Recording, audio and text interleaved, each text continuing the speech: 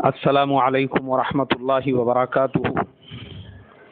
میرے محترم بھائیوں، بزرگوں، دوستو، آج ہمارا اصلاح معاشرہ کا 16واں سبق ہے، اور آج میں ایک خاص چیز کی طرف دھیان متوجہ کرانا چاہتا ہوں، وہ یہ ہے کہ آج اسلام کو ہمارے پاس میں آ کر تقریباً 1500 سال ہو چکے ہیں۔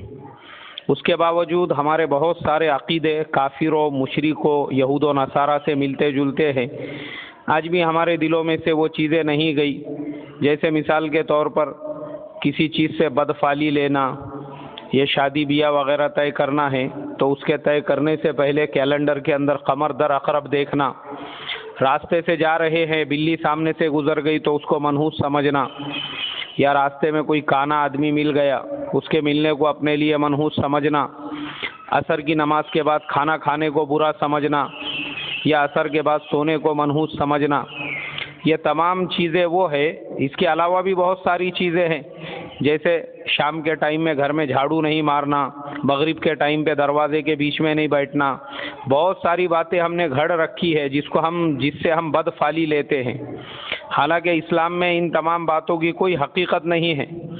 ہمارے پیارے نبی صلی اللہ علیہ وسلم نے فرمایا کہ بدفعلی لینا یہ مسلمان کے لیے شرک ہے، شرک کہا آپ صلی اللہ علیہ وسلم نے، اور اس کی وجہ یہ ہے کہ ہمارے پیارے نبی صلی اللہ علیہ وسلم نے صحابہ اکرام کے دلوں میں یہ تمام چیزوں کی، جانوروں کی، چاند کی، ستارے کی، مخلوق کی تمام چیزوں کی اہمیت کو نکال کے ان کے دلوں میں صرف اور صرف ان کے پیدا کرنے والے یعنی اللہ تبارک و تعالیٰ کی عظمت اور اہمیت کو پیدا کیا تھا۔